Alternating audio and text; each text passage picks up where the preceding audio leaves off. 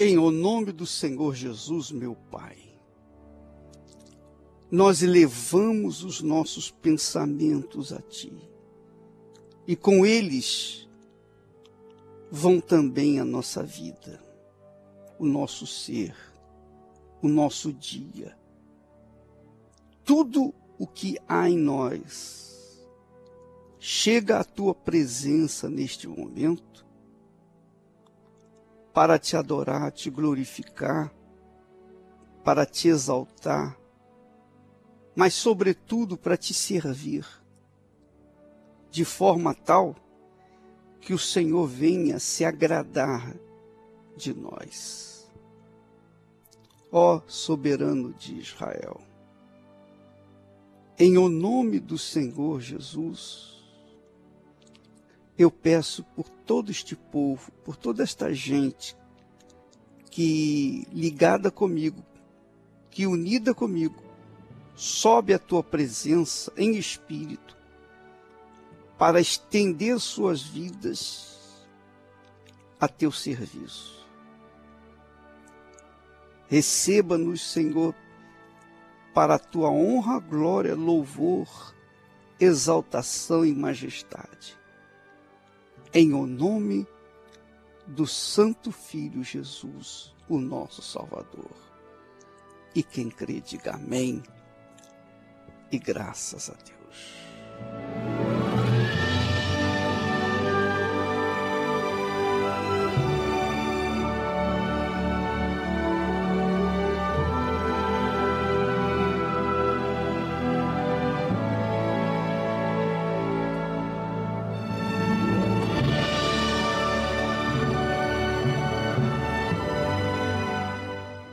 Graças a Deus, minha amiga e meu amigo ouvinte. Jesus definiu a vida, definiu a plenitude da vida quando falou sobre a fé. A fé é o que nos comunica com Deus, com o trono de Deus. O trono da justiça, o trono da vida. Do trono de Deus jorra o Espírito da vida, o Espírito de Deus, que é o Espírito da fé.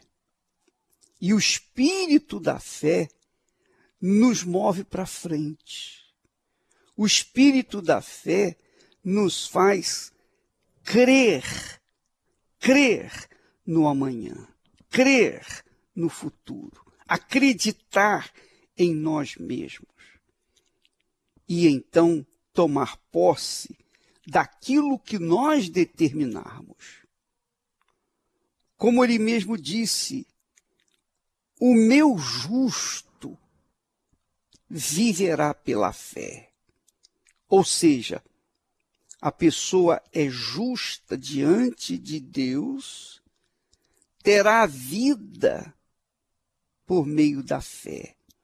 Fé é certeza, fé é convicção, fé é dependência pura de Deus. Fé é dependência da atitude de sacrifício. A fé é o que nos faz sair do último lugar para o primeiro. Porque o autor e consumador da fé torna possível o impossível para aquele que se liga com ele, para aquele que se alia com ele, para aquele que obedece à sua voz, à sua palavra. Quando nós dependemos da fé, nós dependemos de Deus. Quando nós dependemos de Deus, nós dependemos da fé. Porque a fé nós não vemos, é algo abstrato, invisível. Mas não se vê com os olhos físicos, mas com os olhos espirituais, com os olhos da fé, porque a fé tem olhos. A fé tem visão. A fé sabe o que quer. E quem tem fé, foi agraciado pelo próprio Deus Altíssimo, porque a fé vem do Espírito de Deus. Ah, minha amiga, meu amigo ouvinte, em o nome do Senhor Jesus, receba a fé aí onde você está, para vencer as suas lutas, os seus desafios. Nós dependemos da fé. Por exemplo, neste mundo, não há como você viver sem a fé. Não há. Mesmo os incrédulos dependem da fé. Mesmo os incrédulos. Você sabe, um mínimo de desconfiança, de dúvida no mercado financeiro e já é suficiente para fazer a bolsa de valores despencar. Tudo por conta da falta de fé, ou seja, por conta da dúvida, por conta da desconfiança. Você verifica que um menor rumor de dúvida já é suficiente para derrubar o comércio e o fabrico e a produção daquela mercadoria. Ah, minha amiga, meu amigo ouvinte, nós vivemos nos últimos dias, dias difíceis, que cada dia vai se tornando mais difícil. E para onde vai a humanidade? Minha amiga, meu amigo ouvinte, todos dependem da fé. Por isso, investir a vida na fé é investir a vida no futuro. E não num futuro apenas aqui na Terra, mas num futuro eterno. Por isso, vale a pena você investir o seu intelecto, a sua cabeça, naquilo que Deus falou, naquilo que está escrito, naquilo que está profetizado, para que então você venha usufruir os benefícios da fé, os benefícios que a fé garante àqueles que creem. Graças a Deus. Graças a Deus. Minha amiga, meu amigo, a fé é o tesouro oculto, o tesouro escondido no campo. Jesus disse que o reino dos céus, olha só que maravilha, o reino dos céus, você acredita nisso? Pois bem, Jesus disse que o reino dos céus é semelhante a um tesouro escondido num campo, que um homem achando o escondeu. E pelo gozo, pela alegria, vende tudo que tem e adquire aquele campo. Quer dizer, o homem, quando achou o tesouro que estava escondido, esse homem certamente fez de tudo, gastou tudo, investiu tudo, 100%, e comprou aquele campo onde estava o tesouro. Porque ele sabia que aquele tesouro iria lhe garantir vida, não por apenas um tempo, mas por toda a eternidade. Então, quando uma pessoa investe na fé, ela investe no tesouro, ela compra esse tesouro. Esse tesouro, minha amiga e meu amigo, é a fé que Deus oferece àqueles que são humildes, aqueles que são simples, aqueles que se portam como crianças, que recebem a palavra de Deus como uma criança pura, inocente. Minha amiga e meu amigo ouvinte, a sua vida depende da sua fé. A sua vida só depende da sua fé. Sua vida não depende de sorte. Sua vida não depende de você se formar, ter uma profissão de grande valor ou de grande importância. Não. A sua vida depende da sua fé. Porque se você não tiver fé para estudar, como é que você vai estudar? Não é verdade? É ou não é? Se o agricultor não tiver fé na semente e na terra que tem, como é que ele vai plantar? Não é assim? Agora, quando ele planta, ele tem que abrir mão, ele tem que sacrificar a semente que ele tem. Assim é a fé. A fé exige atitudes de sacrifício. Quem quer, quem crê, quem tem certeza, não tem medo de plantar, não tem medo de investir, não tem medo de colocar toda a sua força. É o caso do homem que achou o tesouro escondido no campo. Ele voltou para trás, voltou para sua casa, desfez de tudo, 100%. E então, com aquele montante que ele conseguiu, ele investiu 100% naquele campo onde estava o tesouro. Ora, minha amiga, meu amigo, para você ter a fé que Deus lhe oferece, você tem que investir toda a sua vida, todo o seu ser, tudo que você é, tudo que você tem, tudo que você pretende ser ou ter, você tem que colocar no altar de Deus e ficar na dependência dele. Aí você vai arrebentar, porque Deus, minha amiga, meu amigo, honra a sua palavra e honra aqueles que creem, esperam, confiam e dependem do cumprimento da sua palavra. Graças a Deus.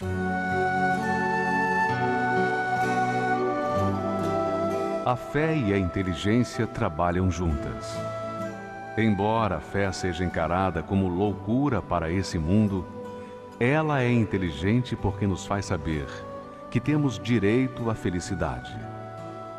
A fé faz com que recusemos uma vida de derrotas e conquistemos uma vida de vitórias.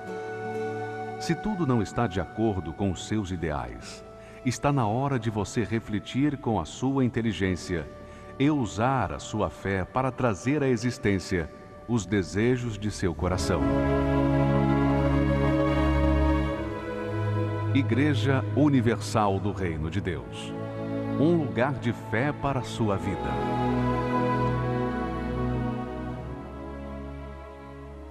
É um lugar de fé, é uma escola da fé. A Igreja Universal do Reino de Deus é a escola da fé prática. Não da fé sentimento, mas da fé prática. E por causa disso, porque as pessoas aprendem os mistérios e segredos da fé, essas criaturas tomam posse daquilo que, humanamente falando, é impossível. Vamos ouvir agora testemunhos de pessoas que usaram a fé e tomaram posse daquilo que era impossível para elas. Vamos ouvir. Qual o nome do senhor? Adaísio. Adaísio. Quais eram as injustiças que prevaleciam na sua vida? Bispo, eu sempre vivi na miséria, né? Eu vim do Nordeste. Lá no Nordeste eu vivia na miséria. Lá no Nordeste eu não tinha onde morar, eu morava em povoados. O meu pai trabalhava abrindo estrada, a gente fazia uns barracos do lado das estradas e ali a gente morava. Ali eu não tive estudo, hoje eu tenho dificuldade de ler e de escrever porque eu não tive estudo, né? Ali eu presenciei muitas das vezes meu pai traindo a minha mãe, eu não tive a figura do meu pai, né? Eu nunca tive nada, nunca me vesti bem, eu nunca comi bem, eu nunca soube o que era amor de pai, nunca soube o que era amor de mãe.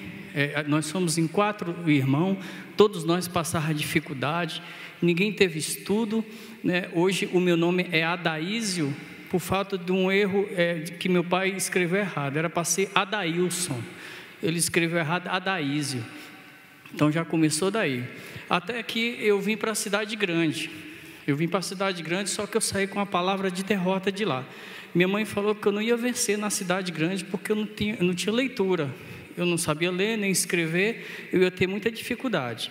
Então eu peguei carona e cheguei aqui na cidade grande. Chegando aqui, eu fiquei sabendo que tinha uma área para invadir, na zona sul de São Paulo, do lado da represa Guarapiranga. Eu fui para lá, eu não tinha onde morar, eu fui para lá. Então lá eu fiz um barraco, eu subi no poste, desci um fio para o meu barraco e fiz vamos dizer assim, um gato, né, que eles chamam de gato. A água, como eu estava do lado da represa, eu abri um poço e ali 2 metros já jorrou água.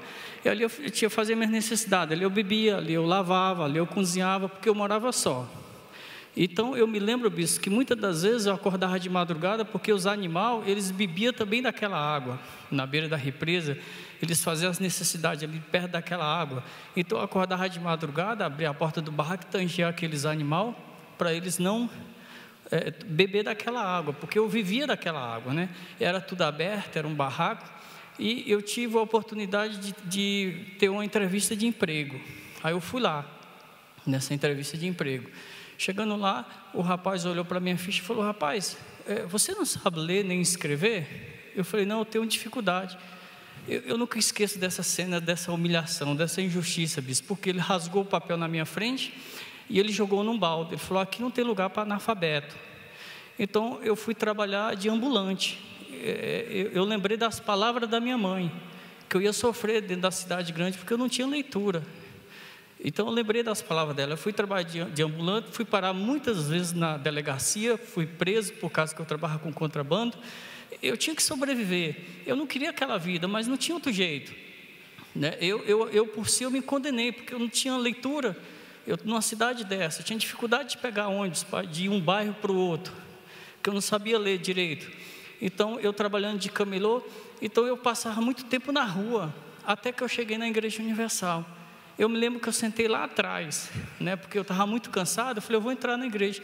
Bispo, eu não sabia o que era fé, eu nunca tinha entrado numa igreja, eu nunca frequentei nada, não me ensinaram nada. A minha mãe nunca me ensinou uma reza, né, no Nordeste a gente chama de reza, não me ensinou nada. E quando eu cheguei aqui, bispo... Nem rezar. Nem rezar. Quando eu cheguei aqui, eu escutei algo que eu nunca tinha escutado na minha vida, que Deus poderia fazer justiça na minha vida. Bispo, eu saí daqui com um gigante dentro de mim, nada me parava. Eu tinha hábito, bispo, de ligar. Eu tinha muita saudade da minha mãe. Eu ligava para minha mãe todo final de semana e minha mãe falava para mim: eu não te falei, meu filho? Eu te falei que você ia sofrer na cidade grande. Eu me lembro, bispo, que eu não liguei mais para minha mãe. Tinha algo dentro de mim que ia mudar. Deus ia fazer justiça. O dia quando eu não sei, mas Deus ia fazer justiça. Eu me lembro que era uma campanha da justiça. E eu saí para a rua. Deus me deu uma direção de trabalhar com embalagem. Eu fui numa casa de embalagem, eu comprei saco de lixo, sacola. Eu saí vendendo de porta em porta. Eu tinha muita dificuldade, porque eu não sabia expressar. Eu não tinha educação. Eu não fui criado com educação para saber falar. Eu saía com chinelo de dedo, porque eu não tinha roupa, eu tinha acabado de chegar do Nordeste, mas nada me parava. E eu subi nesse altar, eu subi por tudo ou nada. Eu me lembro que eu fiz uma ligação para minha mãe depois que eu cheguei na igreja e falei: mãe, Deus mudou minha vida. Ela falou: que Deus? Como assim? Eu falei: depois eu vou falar para a senhora. E aí, bispo, de porta em porta eu montei uma empresa. Eu não sabia o que era CNPJ, eu não sabia o que era razão social, eu não sabia de nada. Mas Deus foi colocando pessoas no meu caminho. Adaílson, é assim, assim, assim, assim e assim. Eu montei a primeira empresa. De quê? De embalagem, naquele mesmo ramo que eu estava vendendo. Dessa empresa eu saí daquele barraco, eu saí. Porque eu comecei a vender e comecei a produzir dentro desse barraco. Mas eu já tinha comigo que esse barraco ele ia virar um palácio. Tanto é hoje que minha empresa chama Palácio das Sacolas. Então isso estava dentro de mim. Então eu saí daquele barraco e montei a primeira empresa e comprei uma sede. comprei uma sede avaliada em 600 mil. Eu que morava, bispo, no barraco, hoje eu tenho uma casa avaliada em 850 mil, né? A minha mãe, bispo, eu liguei para ela, eu falei, mãe, vem embora que eu comprei uma casa para a senhora. Eu dei casa para meus irmãos que viviam na mesma miséria que eu vivia, porque hoje todos eles são meus funcionários. Eu tenho 4 irmãos que são funcionários que trabalham para mim. Eu dei casa para eles, eu dei emprego para eles. Hoje eu dou emprego para 25 famílias. Eu tenho um patrimônio avaliado em 6 milhões, bispo. Se o senhor falar para mim que se eu entendo de alguma coisa, de ler, eu tenho dificuldade de ler a palavra, mas não tenho dificuldade de obedecer. Hoje eu sou casado com uma mulher de Deus, ela é sócia, eu saio agora da empresa, ela que comanda as empresas, quando eu saio, ela fica, quando ela sai, eu fico, ela é minha sócia hoje. Mudou em todas as áreas, espiritualmente mudou. Hoje o meu bem principal não é casa, não é carro, é a minha salvação.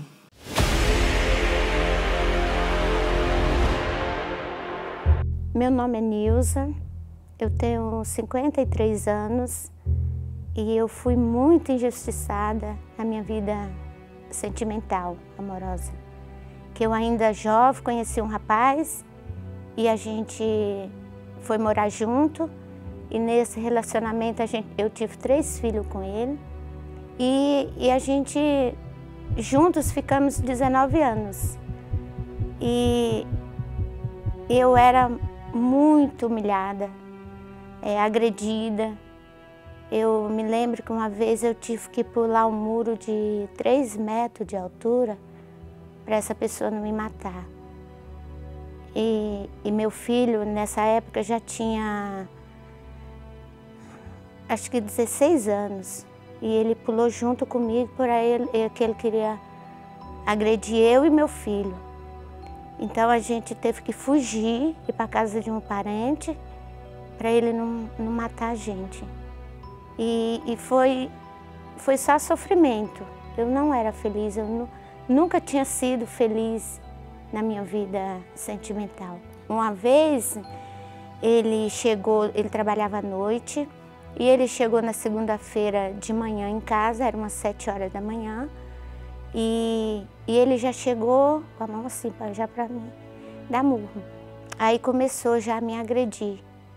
Esse dia foi o pior dia da minha vida. Ele só não me matou porque Deus tinha um plano muito grande na minha vida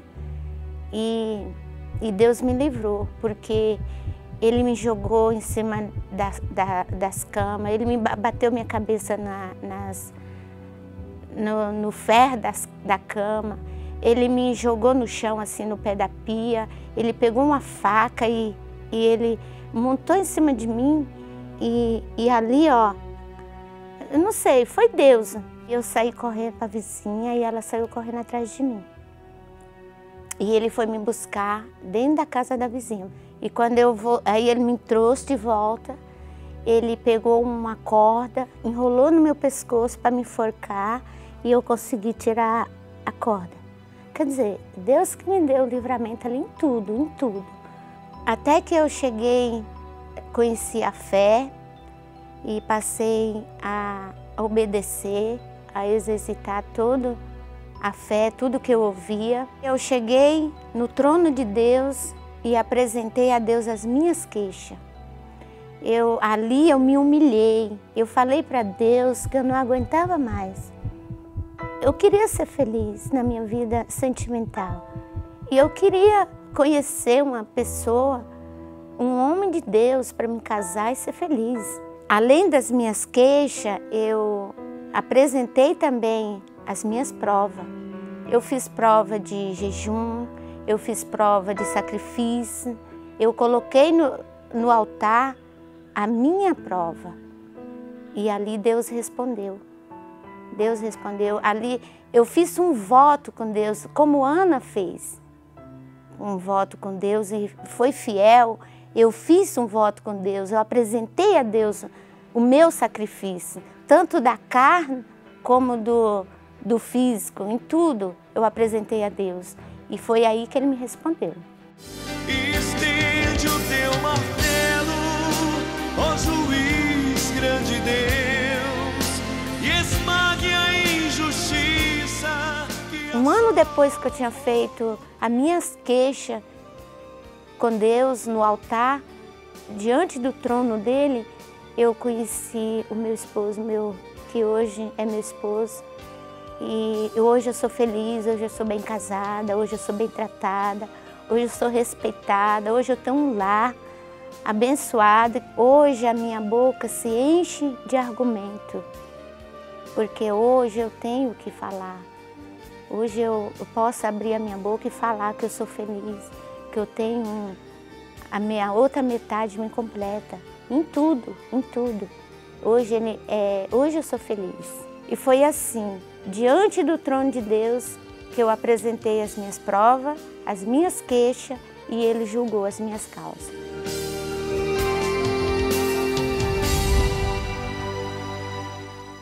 Qual o nome do senhor? Darley Aquino. Como é que era a situação quando o senhor chegou? Qual era a injustiça, qual era a humilhação que o senhor tinha na sua vida quando o senhor chegou aqui na Universal? Eu até estou emocionado porque é exatamente como o senhor acabou de falar.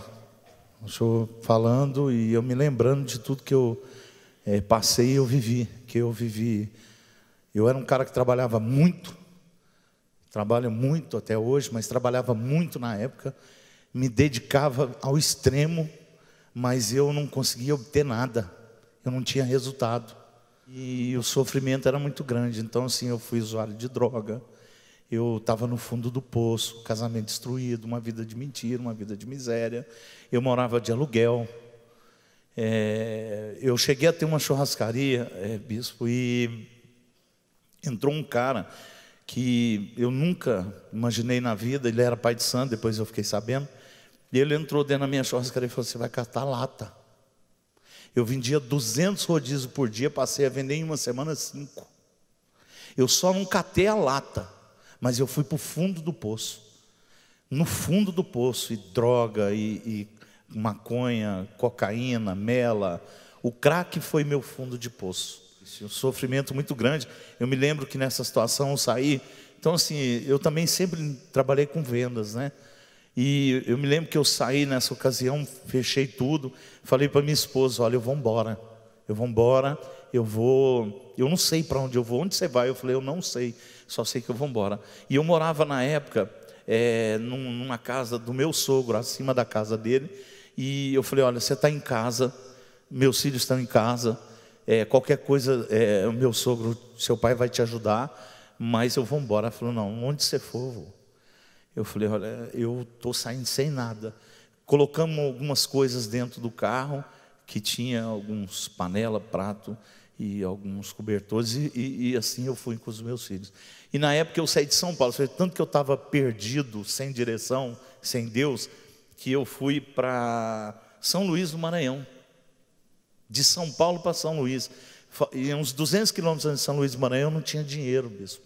Eu cheguei na igreja Universal, no fundo do poço, miséria total, dessa forma que eu conheci a igreja através de uma pessoa. Aí eu me revoltei, aí veio as campanhas da justiça, né?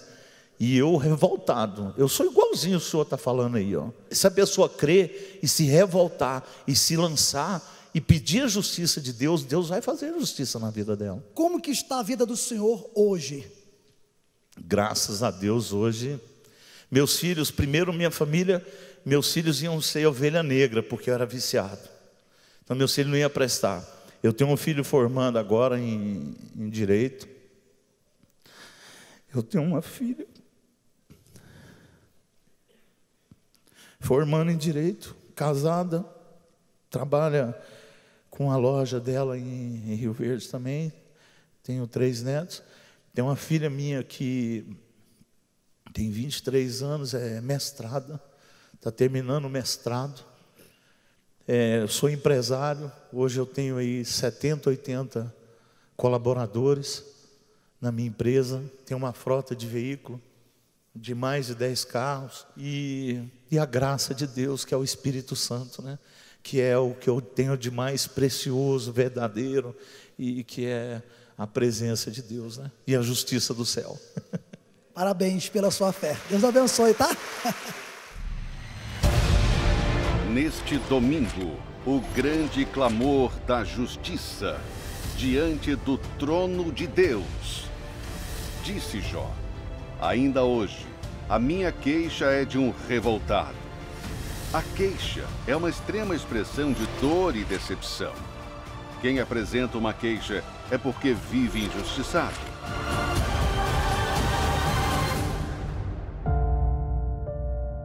Injustiçado no casamento.